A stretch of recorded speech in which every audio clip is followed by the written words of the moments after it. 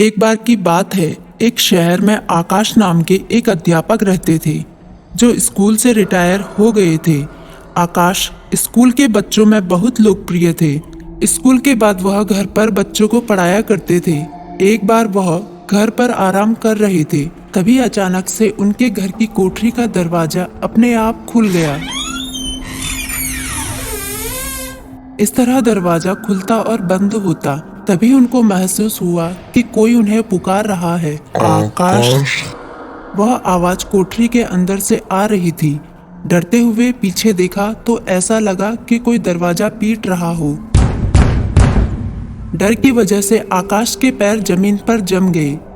आकाश बहुत डरे हुए थे और कांपने लगे। धुआं निकलता देख उनकी डर से चीख निकल गई।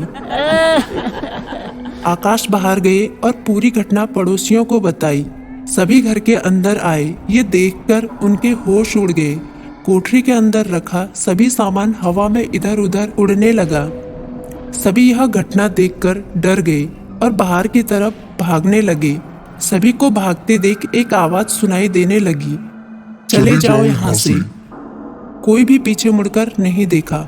ये आवाज किसकी थी? इस डरावनी घटना के बाद आकाश बीमार हो गए और उनके माता पिता के पास वह गांव चले गए और कभी इस घर की तरफ नहीं आए। आसपास के बड़े बुजुर्गों ने बताया जो मकान बना हुआ है वह एक ऐसे आदमी का था जो बहुत ही निर्दयी था। उसने अपनी बहू को बुरी तरह पीटा था क्योंकि उसने खाना परोसते हुए जमीन पर गिरा दिया था।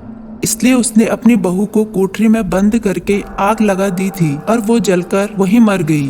तभी से उसकी आत्मा उस कोठरी के अंदर कैद हो गई और उस आदमी ने वो घर आकाश को किराए पर दे दिया था।